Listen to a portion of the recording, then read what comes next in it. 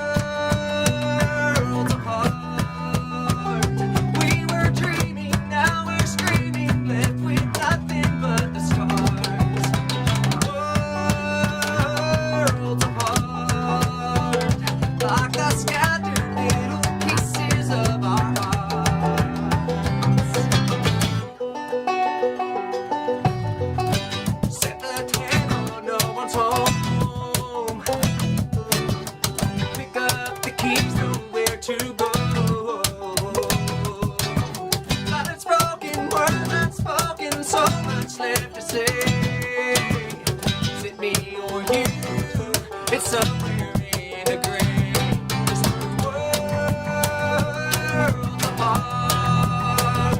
We were dreaming, now we're screaming, left with nothing but the stars. Worlds apart, like our scattered little pieces of our hearts.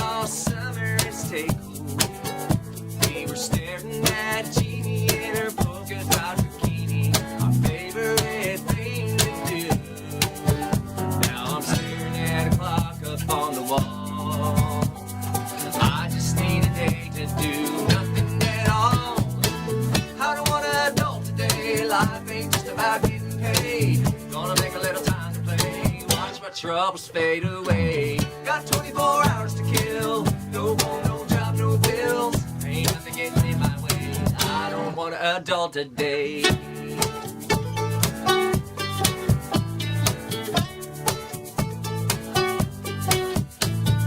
Dust off my old Shakespeare pole. Bean genie at the fishing pole.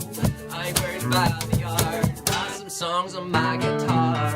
Then when this day is through, you know I'm gonna feel brand new. Don't try to get in my way. I don't want an adult today. Life ain't just about getting paid. Gonna make a little time to play. Watch my troubles fade away. Got 24 hours to kill. No phone, no job, no bills. Ain't nothing getting in my way.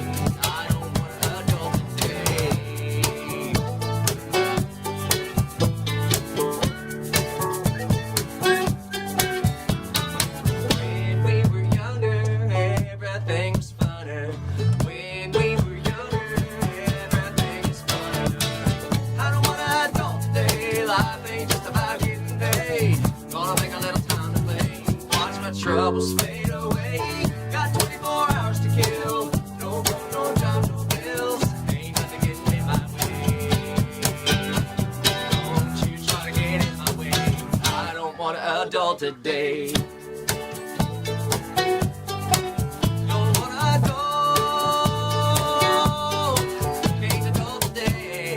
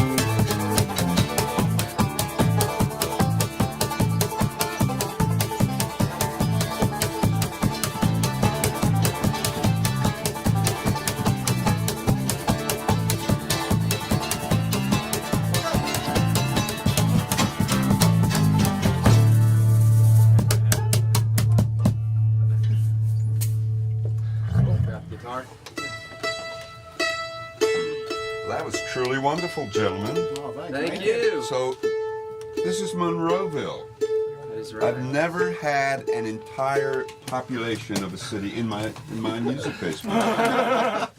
Pretty amazing. Where exactly is Monroeville? I assume it's a Monroeville. real city. There somewhere. are some real Monroevilles. I guess our reference would be more of like a state of mind, I guess you could say. I see. But there's a Monroeville, Alabama. There's a Monroeville, Pennsylvania. If you guys are into zombie movies, they filmed one of the zombie movies in the Monroeville Mall, so everybody remembers that one. Really? I remember being in Monroeville Mall one day, and I was shopping for clothes, and here comes all the zombies. Yeah. Really disrupted my shopping. But how did you choose the name Monroeville? Well, the reason we get it is from the father of bluegrass music would be Bill Monroe. So, Aha, yeah, okay. Monroeville comes from Bill Monroe. That makes a lot of sense.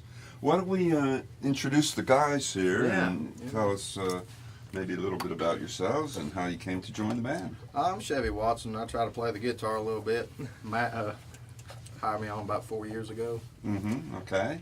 And, I was actually helping the bass player move in to town over there because he actually got hired on before I did. Yeah. So Well, they're cousins. So yeah, we're cousins. Ah, They come from the same part of North Carolina where they're all cousins. So, yeah. Right. We don't go He said, there. "Ah." Yeah. Okay. But That's the standing joke in Monroeville right now. right, yeah. Well, we were hanging out, going to hang out with these guys at Margaritaville to listen to them a minute, and he was telling me that the guitar spot was coming open, asked if I wanted the job. So, needless Hired to him on the say, I spot. started a week before the bass player did, but he got hired a week before I did. Yeah, so you've that got nasty. tenure. He's the new guy. All right. And now you've just switched from banjo to guitar here, so you're a multi-instrumentalist, obviously. Yes, sir.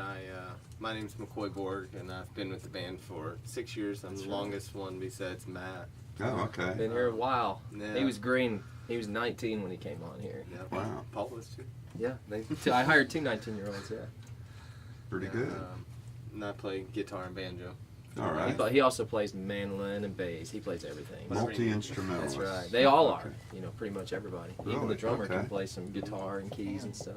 Great. And one day they'll get you a whole drum kit. One too. day they will. Right now After they've that. limited me to I can this. also eat mandolin headstocks too. Ah. He's like, "Ah." That's fine. So what's your name? My name is Evan Pitchers, and I'm originally from St. Louis, but now I reside in Nashville, Tennessee. Okay. And I've been working remotely with you guys a while. a while now because they would send me the stuff because I was living in St. Louis. They live in Newport. It's about, 8.5, almost Yeah, an that hour drive was pretty bad. Yeah. Yeah, so, but now I live in Nashville, so I've been playing with them a whole lot more. And I Mm-hmm. play drums, cajon, little guitar if needed be. So, Okay. yeah. Okay. And Matt, you're I guess you're the leader of the band. Yeah, right? yeah. I started this band in 2010, and there were 6 of us original band members, and they kind of petered off over the years, and then I ended up owning the whole thing. So, you know, it's just been kind of a turnover. You know how bands can be. So, but these guys have all been here 4 to 6 years, so it's really blossoming here under this lineup. We've really been enjoying it. Terrific. Yeah. And let's not forget about our. Oh yeah, terrific got to bass include, player. Yeah, the bass player. Yeah. My name's Paul Watson. Like Chevy said, Matt hired me about 4 years ago. And well, the funny thing is that he was wanting Chevy to play bass for him at the time, Mm-hmm. and he called me up just for like a reference. I didn't know you played. And he didn't even know I was the bass player. Like Chevy's a guitar player. I'm a bass player. Right.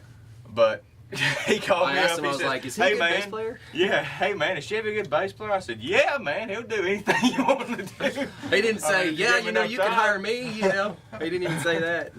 And then Chevy told him that I played bass, and here I am.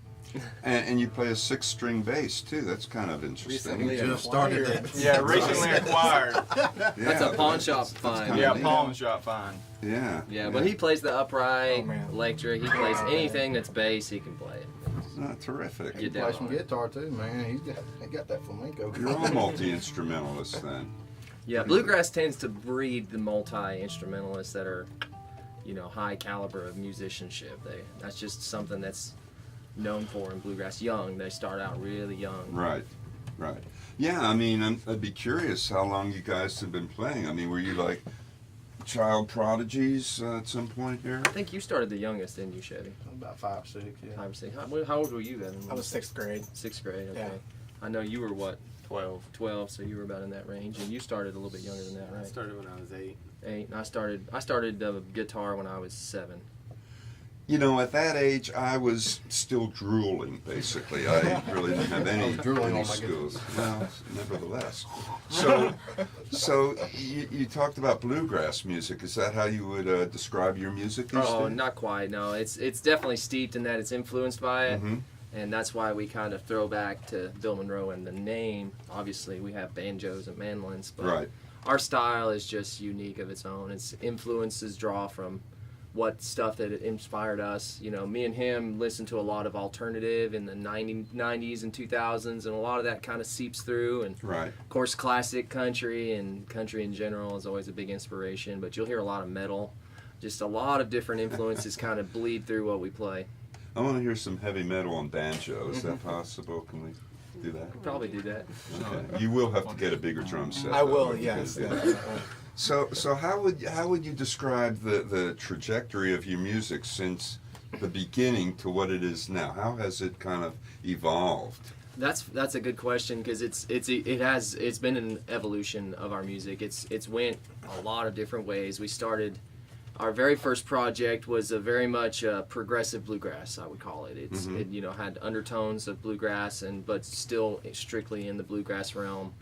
And then it went from that to almost like a traditional country sound because I had a couple of guys that were just really great country singers, and that was kind of the sound that we made. And then the last album we did was called Worlds Apart, and I would call it an experimental album because it was just a fusion of alternative and rock and bluegrass and country. It was just that's why it was called Worlds Apart. It was just different from anything.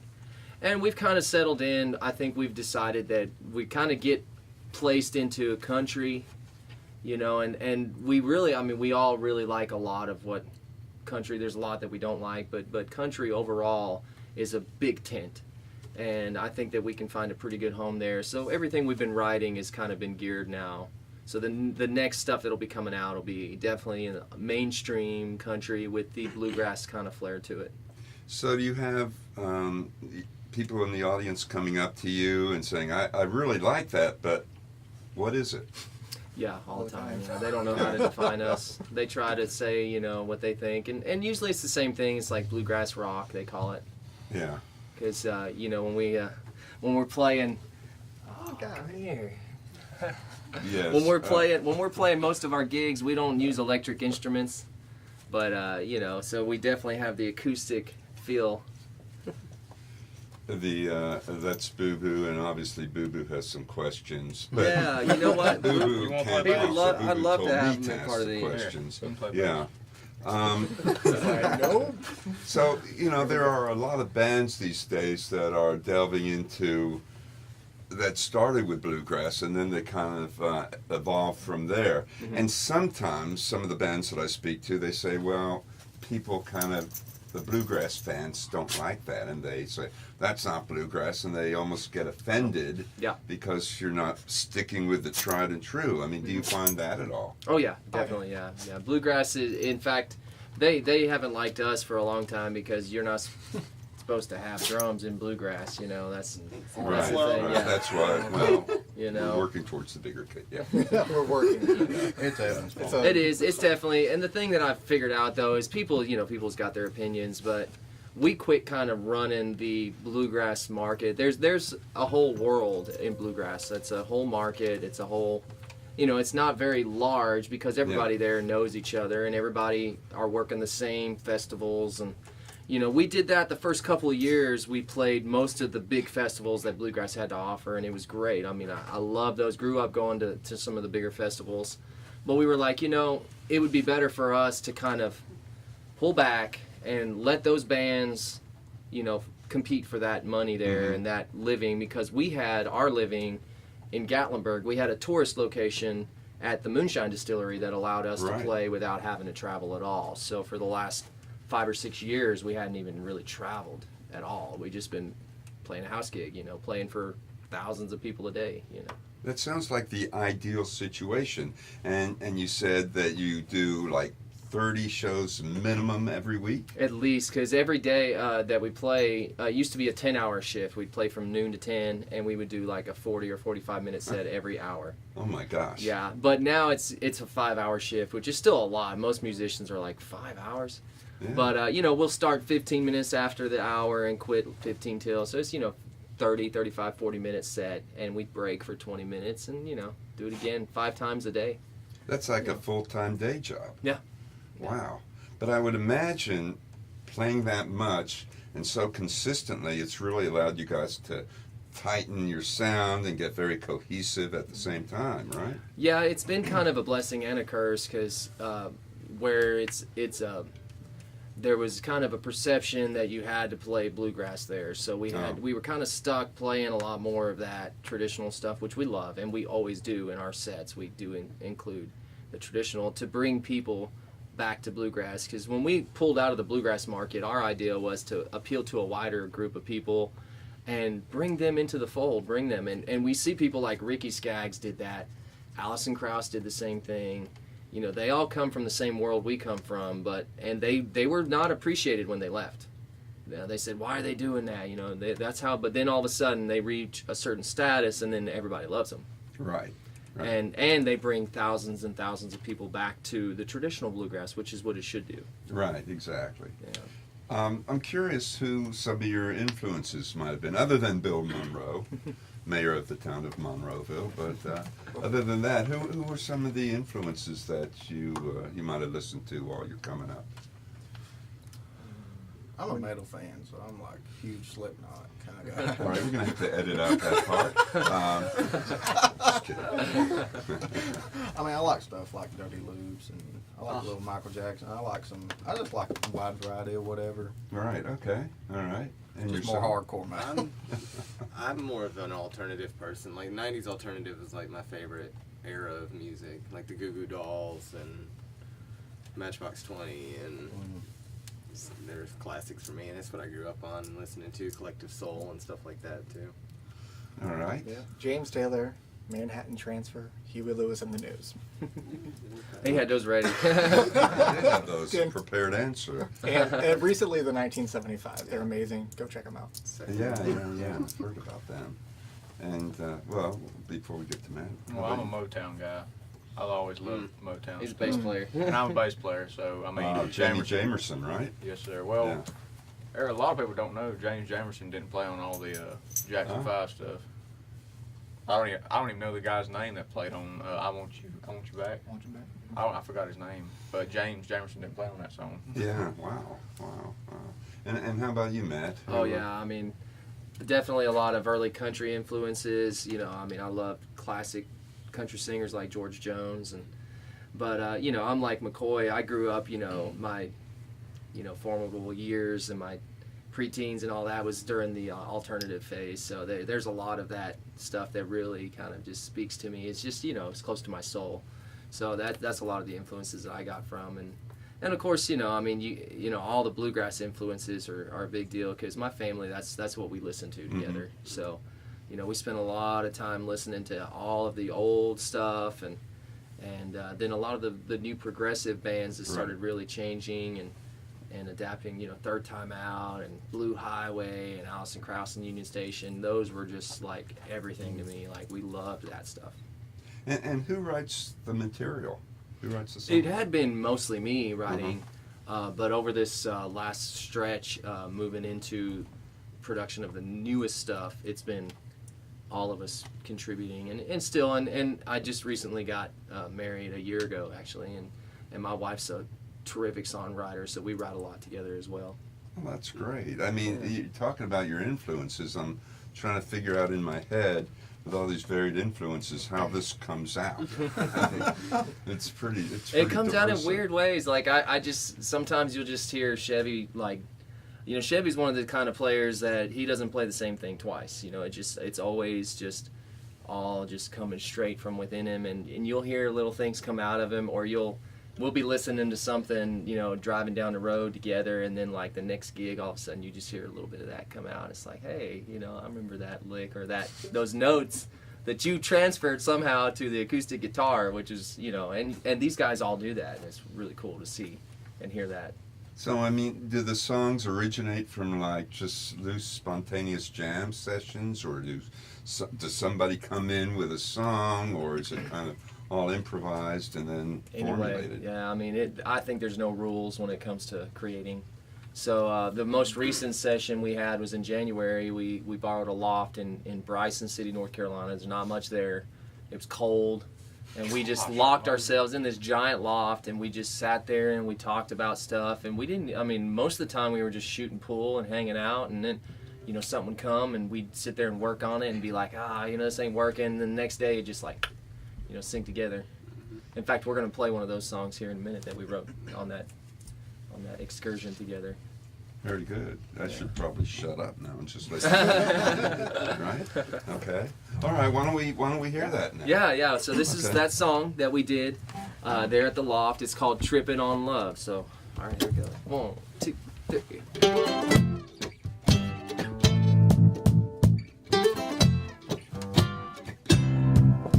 That Vegas Strip is just another street. Don't need no trip to feel a little heat. Grand Canyon's got some pretty views. It ain't got nothing on looking at you. Tripping on love, love. Tripping on love, love. Won't cost me a nickel, baby, you're my dime. Let's keep this simple. I just need your time. Don't need no passport, beaches or the sea. My happy place is right here next to me. I'm tripping on love, love. Tripping on love, love. You're my ticket to paradise. No ocean's bluer than your eyes. Your smile wonder like the month of June. Don't need no Mardi Gras, Taj Mahal, Niagara Falls. Forget it all, 'cause baby, I'm falling for you. Tripping on love, love. Tripping on love, love.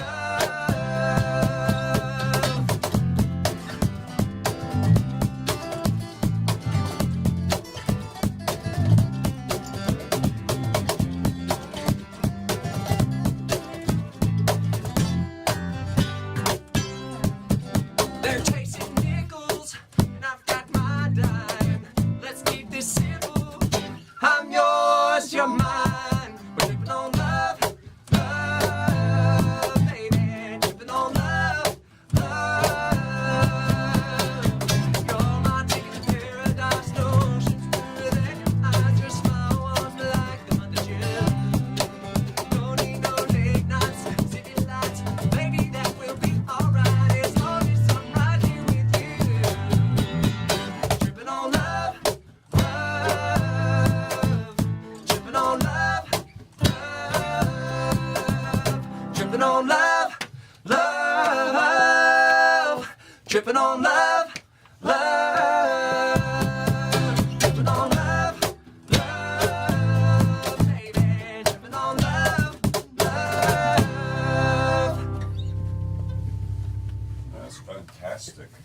Guys write some good songs. Thanks, man. You know, I think that a lot of bands these days have the chops, but the ability to write and perform really good songs is what sets them apart. And you It's guys all about the seem to have songs, that. man. I'm glad you feel that way, because that's where we figured that we needed to work on. We had all the other pieces, we just didn't have the songs.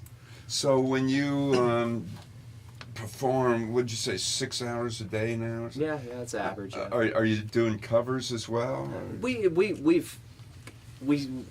put it this way. A couple of years ago, we started moving away from the bluegrass Mhm. and doing more mainstream stuff that people knew.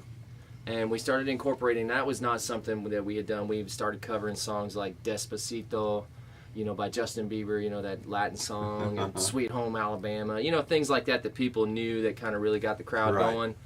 And then we started writing all this stuff, and so we've kind of pulling that stuff back. So I go like a 90% original to 10% cover stuff now. And if it's a cover song, it has to be something that's completely original sounding. Right. You know, our own interpretation of that. We don't just cover a song, you know, like the Like band. Despacito. Yeah, it's completely different than anything you've ever heard. Yeah. I think that's a credit to the venue, to the distillery, that they don't insist that you do cover songs, because a lot of times these places want to have their bands do familiar songs just to draw people in. But the fact that you're able to have this freedom is really, I think, very special. And that's what I was referring to earlier. It was exactly the opposite. See, they found out we were doing some of those songs, and they told us to cut out the cover songs and stick to bluegrass. Wow. They said we're known for bluegrass, and I understand. It was a unique place in the entire country where anybody could go at any point of the day and hear bluegrass music. And that really kind of was their branding, and the rocking chairs and all that stuff. And then things started kind of to evolve there, and they started bringing in bigger bands, and they're bringing in one of our heroes, Sister Hazel's coming in and playing, and we're opening up for them. That's terrific. So it's always been, though, if it was original stuff, we could do anything that was all original. So that's what we started doing. We just started writing our own and playing mainly just ours. And I'd be remiss if I didn't mention the fact that you were the IBMA, the International Bluegrass Music Association, chose you as Momentum Band of the Year? Yeah, that was actually a part of a movement that I was involved in at that time in about 2011 and 12. There was a group of people that got together to see if they could change a little bit. It was getting a little bit stagnant, I guess you could say. The same people were winning the same awards, and they deserve that. The best musicians in bluegrass were constantly winning the same awards. So we were trying to figure out a way to recognize some of the newer talent that was coming along. And so we devised this whole second set of awards that would be chosen by a board of people, and it was called the Momentum Awards. And they just happened to select my band that year as the very first Band of the Year award. So that worked out well for you. It worked out well for me. It was really cool to be a part of that, and then to get recognized was even the icing on the cake. And you've had some other high-profile gigs too, right? Yeah. Tell us about that. Well, we did the national anthem for the NASCAR Motor Speedway in Bristol. We did that, and it was 100,000 people there, and televised on ESPN. I mean, that was just we were just like trying not to pee on ourselves. I mean, it was always a good thing. Yeah, well, especially when the Jets. I think that's the first rule of show business. Actually. Do not pee yourself. Do not pee on camera. Yeah. I think we've seen what happens on that. What was the movie? The one with Lady, Stars Born, where he pees on himself. I actually, you just gave it away. I haven't seen that movie. Oh no, I spoiled it. That's the ending. I spoiled it. Oh gosh. And didn't you do something for the CMT or something? That's right. Yeah. We had a video called "Be Natural," and that's still available. And at that time, CMT Viacom was signing a lot of contracts with bands to distribute their music. And we got kind of in that window for that while. They were doing this whole website development that included all these artists. It was just this massive undertaking. And so they were trying to sign a lot of different people, and we just were at the right place at the right time, and our stuff got distributed through them for a while, through CMT and through Viacom. And that was kind of a little boost for us, because that was the second record that we put out, and that was kind of our big single off of that record. And it was nice, to get that recognition. So what's next here? You seem to have some great momentum building here. What does the future hold? Well, promotion. They're the ones running the cameras right now. These guys are I've known them for quite a while. Well, at least James, and the rest of the team they're wonderful people. And so we've partnered together, and we're going to be working on our content. That's what we're here. We're going to start just putting as much content as we can. So the plan is to release singles starting in June, July, August, September. We'll be releasing a single every month with a music video with that single, and the album release will be in October. So we're just going to be working towards that goal right now, and just getting this new music out, and just running the connections, seeing what we can get. We're kind of outside of the industry, We've had a lot of, interest from people, but we've not had any, bites on it. And that's fine. We have a large fan base, and we love just playing for our fans and meeting new people, and we make a living. And whether or not we have any kind of mainstream success or not, we love what we do. This is what we're made to do. So we're not going to stop whether we get signed or not. We're just going to keep doing what we do. And if somebody wants us, great. If we have the right kind of deal, we'll take it. But other than that, we're just going to keep rocking it out. Any plans to tour at any point? Yeah, we've actually got several this summer. We've got short tours, so we typically go out, you know, for a weekend at a time and hit certain areas where our fan base are kind of located. And I was telling you, a lot of people come down from Ohio Right. to the Smoky Mountains. We love our Ohio, Indiana, all those Midwest people like that come down here, and we got quite a few fans there. So we'll be hitting Indiana and Ohio this year in July, going back to Kettering, Ohio in October. I think that's when we're going to do our album release as well. And then we go to St. Augustine every year, so we've been working Florida for a couple of years. It's a very high tourist concentration in St. Augustine, I guess you could say. Yeah, And we're I would used to imagine. that, working that kind of crowd, you know. So that's kind of our bread and butter is, I guess the best way I can describe it is where there's so many people come into the distillery every day, and our job is to capture them and keep them there as long as we can. So we've learned how to read the audience, bring them in, and keep them there. So we like crowds. It's a challenge for us, you know. Every day is a challenge trying to keep people there as long as you can. You know, because they're not paying to watch you. They're not even there for the music. They're mostly there to try the moonshine. So they, Which is a worthy pursuit, I would think. you know, hey, Gets the job vacation, Yeah. $5 for all 13 samples. You can't beat that. Wow, that's great. Yeah. My big question is, they let you off for the day to do this, right? Right. Well, They that's the playing good hooky? thing. They've been very good to us, and it's been a very symbiotic relationship.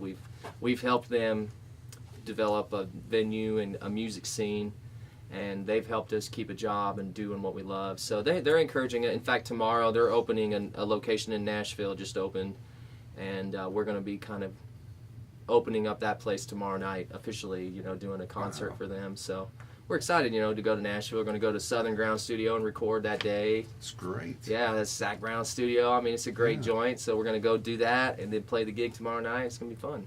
Terrific. Well, I wish you guys all the best. You just sound terrific here, and to your credit, I haven't seen anybody try to steal any of my CDs, so thank you for that. And just all the best. Continued success to you. Thank you for having us, man. This place is really cool. I guess James said you've been wanting to do something like this Yeah. forever, right? Yes, exactly. So maybe this exactly. is the start of something really, It could be. The security system is going in next week, so I trust you guys. Thanks for kicking it off. It's not the dogs. Yeah, well, the dog Boo Boo is chief security Yeah, there you officer. go. Yeah. Well, thank you. Fantastic. That worked out all right. Yeah, that's Yeah, good. that was Killer, great. man. Okay, I really did enjoy that music. Man. That was really terrific. Yeah, man. That's cool, man. Awesome. Really, really appreciate it, man. Oh, well, thank you. I'm kind of giddy with delight myself. Yeah, it's been really fun. I love just diving into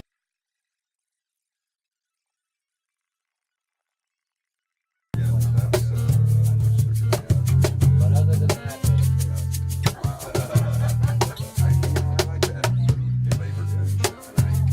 Sugarland, I have to be honest, is better moonshine than Old Moonshine. With you, I mean, does Old Smoky have flavored moonshine? And I should have asked this on camera. Do you ever have some samples before you get up there? No, I can't Does do that that. infuse the performance at all? No, it's not my thing. In fact, none of these guys are really drinkers. That's kind of interesting. Well, they're also younger, not of age. You guys are so young. You're probably not allowed. Well, they're all of age, but they just, other than a little bit. Yes. Very respectable. That's very good. Yeah. No, I really like this. And I'm sorry, the records you have out there.